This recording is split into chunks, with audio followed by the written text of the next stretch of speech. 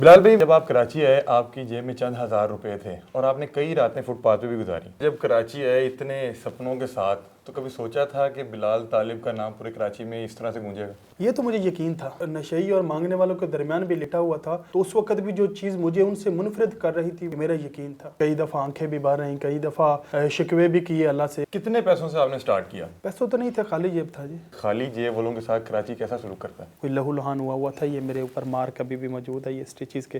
कराची माँ का दर्जा रखता है। ये बड़ा जानदार शहर है और ये बड़ा प्यारा शहर है, मुझे इससे अब दिल से प्यार है। बिलाल भाई, काम तासुर पाया जाता है कि जो ज़मीन का कारोबार है वो शरीफ आदमी नहीं कर सकता। ये कब्ज़ा माफिया और ये गुंडागर्दी बदमाशी, तो सर कोई बदमाश भी रखे हुए हैं कहीं? ये जो आप बता रहे हैं पंजाब यूनिवर्सिटी में आपका सर फटा था, तो ये भी ट्रेनिंग तो नहीं होती रही आपकी?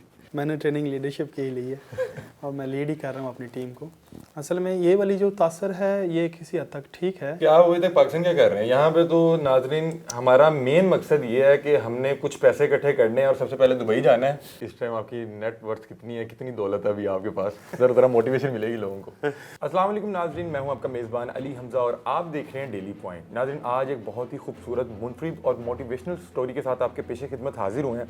आज मेरे साथ मौजूद हैं California real estate and builders के CEO बिलाल तालिब साहब। बिलाल तालिब साहब की कहानी बड़ी दिलचस्प है। बिलाल तालिब साहब 2014 में जब गुजरांवाला से कराची आए तो इनके पास चंद हज़ार रुपए और लाखों आंखों में सपने थे, और इन लाखों सपनों को आंखों में सजाए इन्होंने कई रातें फुटपाथ पर भी गुजारी। कामयाबी के नाज़रीन बहुत से साथी होते हैं, इनसे पूछते हैं कि मुश्किल वक्त में किस किस ने साथ दिया और फर्श से अर्श तक का सफ़र कैसा रहा। आइए मुलाकात करते हैं। अस्सलाम वालेकुम। वालेकुम सलाम। बिलाल भाई, कैसे हैं आप? अल्हम्दुलिल्लाह, ज़बरदस्त। बिलाल भाई, मुझे ये बताएं कि 2014 में कुछ भी नहीं थे और 2022 में यहाँ पे कराची में बिलाल तालिब हो रही है, तो सर ही आपने क्या किया? कुछ जादू किया? क्या आपने? मेहनत की है। सर, मेहनत तो हर शख्स करता है, लेकिन हर शख्स आपकी तरह कामयाब नहीं हो पाता। क्या समझते हैं कि कौन सा फैसला कब ऐसा लिया कि जिसने ज़िंदगी बदल दी? असल में रज़ा भाई, फ़ैसले जो हैं वो कोई इतना इम्पोर्टेंट नहीं होते इस सेंस में कि आप सारी कामयाबी को एक फ़ैसले के ऊपर डाल दें।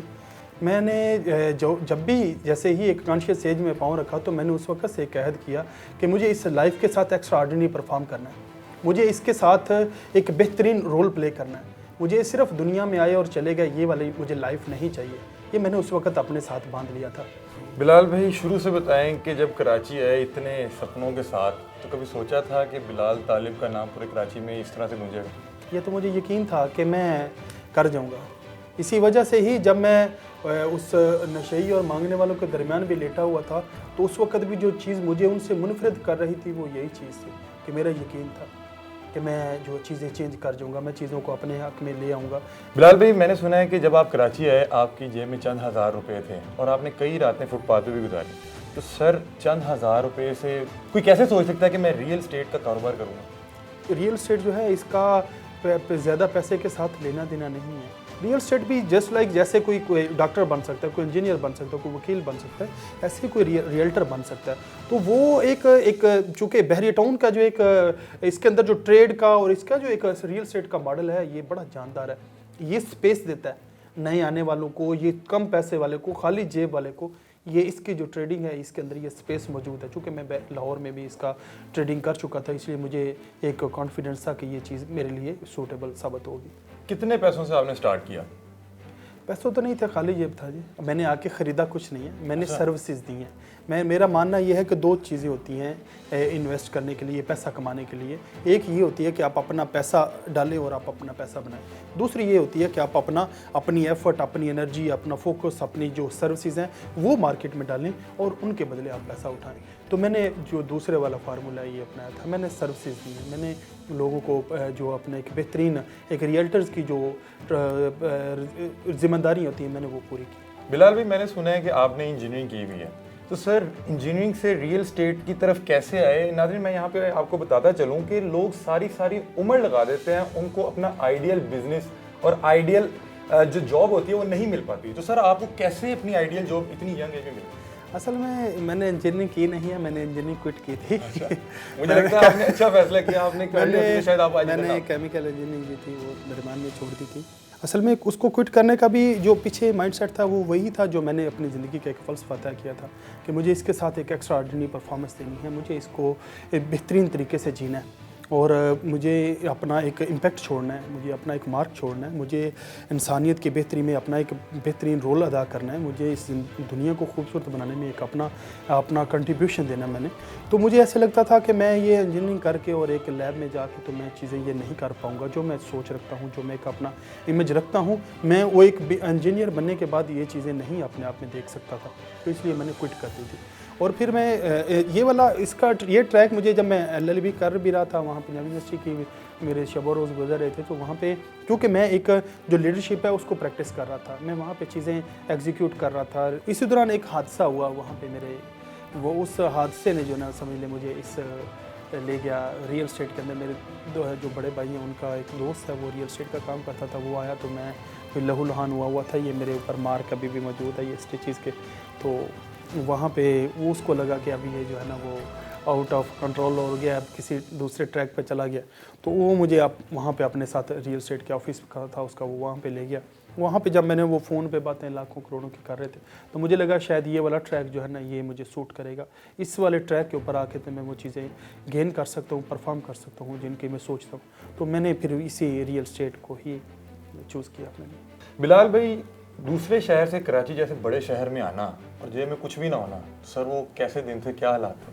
यार वो बड़े जानदार दिन थे। मैंने उस दौरान जो अपने बिलीव्स की प्रैक्टिस की, जो उस दौरान मैंने अपनी ज़ात के ऊपर मेहनत की और जिस तरह मैंने अपना कंफर्टेबल जोन छोड़ा और जिस तरह मैंने चीज़ों को अपनी तरफ आते हुए और अपने से मुंह मोड़ के दूसरी तरफ जाते हुए चीज़ों दोनों को मैंने बड़ा करीब से एनालाइज़ किया, तो वो बड़े मेरे जानदार दिन हैं और मैंने उस दौरान बड़ा कुछ सीखा। मैंने वो जो चीज़ें सीखी थी वही मैंने बाद में प्रैक्टिस की, तो वो मैंने बड़ा कुछ सीखा उस दौरान। इंसानी बिहेवियर्स की में चेंजिंग सीखी मैंने, बड़ी क्लोजली उनको ऑब्ज़र्व किया। फिर चीज़ें कामयाब होने के बाद जो चेंजिंग आती हैं वो मैंने फील की हैं, मैंने देखी हैं। तो बाज़ दफ़ा जब शुरू में तो ऐसे लगा कि शायद ये सारा कुछ आर्टिफिशियल है और मुझे किसी चीज़ में इंटरेस्ट ना रहा बाकी। फिर मैंने अपनी ज़ात को कहा कि इस तरह तो आप बिल्कुल अकेले रह जाएंगे, ये इंसानी नेचर है, दुनियादारी चलती है ऐसे है, यही सारी चीज़ें हैं, इनके साथ ही चलना।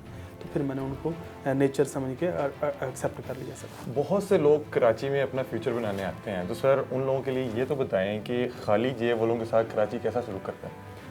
कराची एक माँ का दर्जा रखता है। ये हर बंदे को स्पेस देते हैं। इसने उस बंदे को भी स्पेस दी है जो एक छोटा ख्वाब लेके आया, इसने उसको भी स्पेस दी है जो बहुत बड़ा ख्वाब लेके आया। तो इसलिए ये कराची के अंदर इसको लैंड ऑफ अपॉर्चुनिटीज़ कहता हूँ मैं। यहाँ पे ये पाकिस्तान का फिनंशियल हब है, यहाँ पे जो अपॉर्चुनिटीज़ हैं वो बहुत ज़्यादा हैं बनिस्बत बाकी जितने सिटीज़ हैं उनकी निस्बत। तो यहाँ पे चूँकि फिनंशियल एक्टिविटीज़ बहुत ज़्यादा हैं इसलिए जॉब्स और अपॉर्चुनिटी ज़्यादा क्रिएट होती है।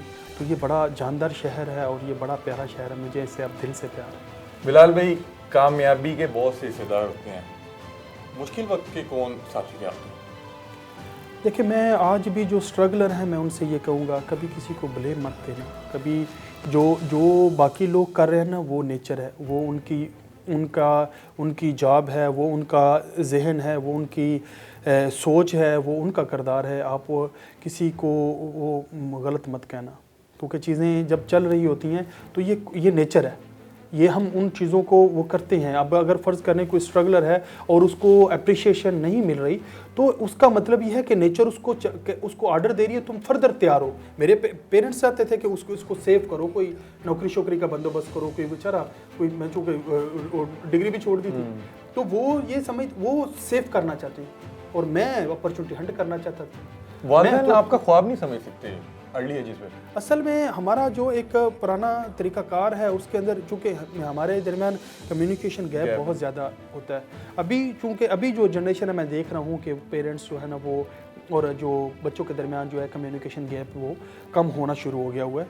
वरना ये समझा जाता था कि जो वालिद है वो एक किस तरह की हंसती है कि उसको उससे आप उनके सामने हंसना नहीं है, अब्बा जी बैठे हैं, अब्बा जी तेरे बैठे हैं तो तूने वो नहीं करना, तूने ये नहीं, वो एक स्पेस बहुत ज़्यादा दरमियान में किया जाता है। तो उस स्पेस की वजह से ही एक कम्युनिकेशन गैप ऐसा आता है कि जो आप सोचते हो वो आप उधर कन्वे नहीं कर पाते। तो उस वजह से उनको नहीं पता होता कि आपके अंदर कितना पोटेंशियल है, आपके अंदर कितनी एक लगन है, या आप कितने सच्चे हैं अपने मकसद के साथ। बिलाल भाई, काम तासुर पाया जाता है कि जो ज़मीन का कारोबार है वो शरीफ आदमी नहीं कर सकता, ये कब्ज़ा माफिया और ये गुंडागर्दी बदमाशी।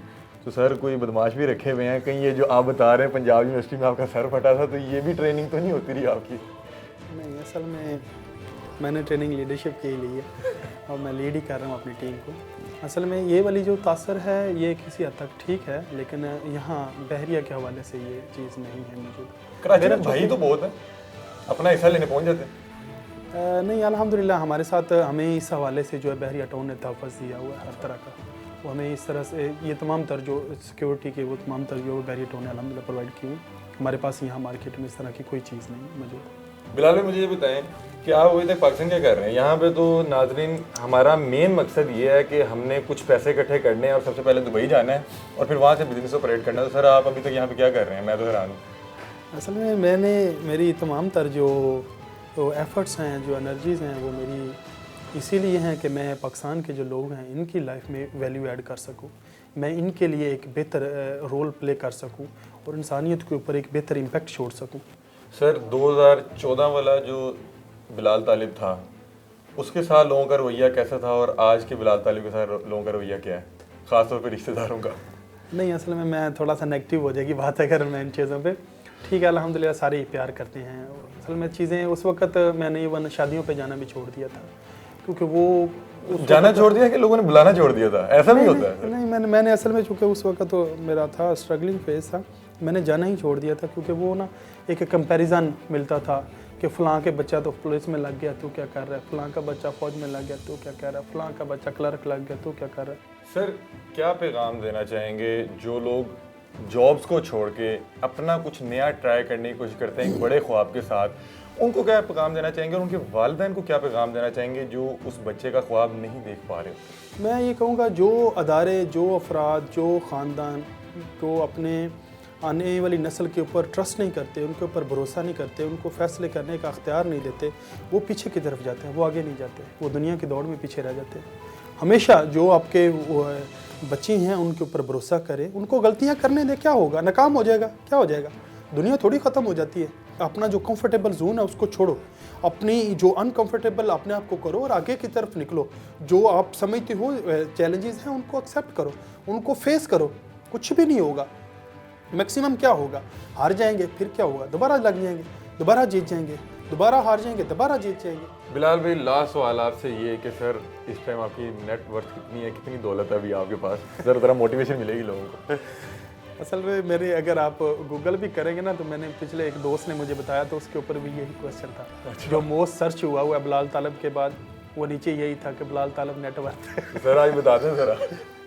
असल में मैं देखिए, मेरी नेटवर्थ मेरी टीम है, मेरी नेटवर्थ जो है वो मेरी सोच है, मेरी जो वर्थ है वो मेरा जो अपना एक पैशन है वो है।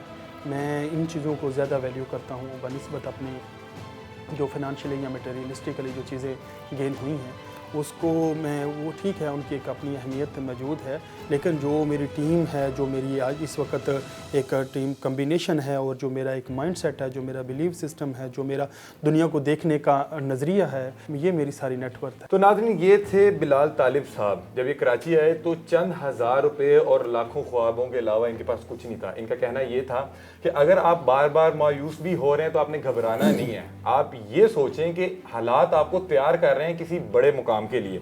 अपनी राय से कमेंट सेक्शन में ज़रूर आगाह कीजिएगा। इसी के साथ अपने मेज़बान अली हमज़ा को दीजिए इजाज़त। अल्लाह हाफ़िज़।